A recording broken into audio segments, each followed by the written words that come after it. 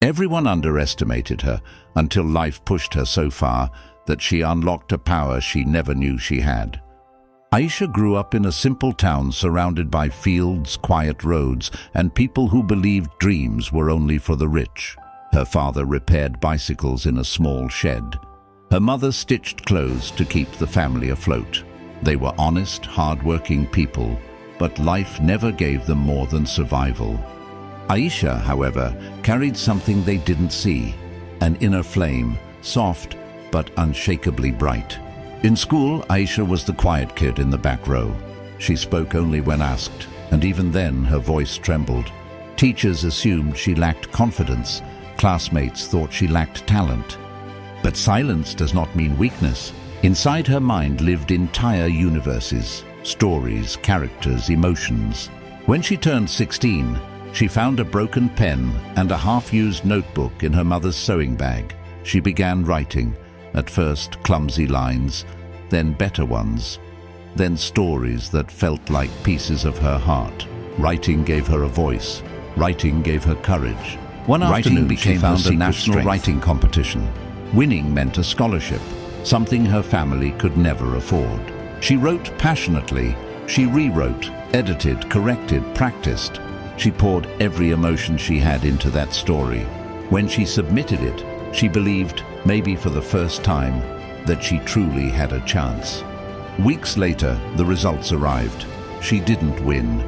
She didn't even make the top 20. The disappointment crushed her. People around her said things she never forgot.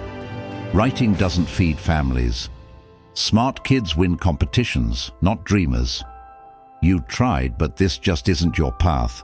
Aisha stopped writing, stopped dreams, stopped believing. A few months later, she visited the small-town library. The old librarian noticed the tiredness in her eyes. "Why did you stop writing?" he asked. "I wasn't good enough," she replied quietly. The librarian smiled gently. "No writer becomes great without chapters of failure. Rejection is not the end, it's the invitation to become better." He handed her a book of short stories. "Your voice is not finished yet."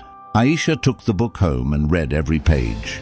For the first time in months, she felt something returning. Hope. She wrote late in the morning, slowly. She wrote even on days when she felt empty. Soon she created a small blog. At first, only 3 people viewed it. 2 were probably accidental clicks. But she didn't stop. Days passed. Then one morning, her phone exploded with notifications. Her newest story had gone viral. People commented things like, "Your words felt like medicine. This made me cry. Please write more." For the first time, Aisha realized her voice mattered. Just when things began improving, her father fell sick.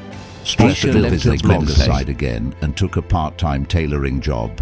Her dreams felt too heavy to carry. One night, exhausted, she whispered, "Maybe life is right. Maybe dreams aren't for people like me." But then she remembered the librarian's words.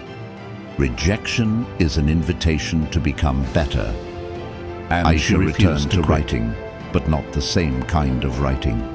She wrote about struggle, about having nothing, about trying again when it feels impossible. Her words became sharper, more powerful, more real.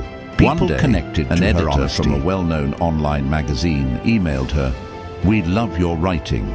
Would you like to work with us? We will pay you per article." Aisha froze. Her writing, once mocked, was now earning money. She accepted. Her first earnings helped buy her father's medicine. Her second month's income paid half the hospital bills. Her writing became her survival. Years passed. Her blog grew to thousands of followers.